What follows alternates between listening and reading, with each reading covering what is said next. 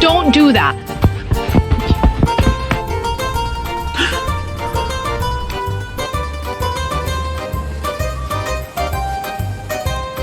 You got some right here. You got some right here.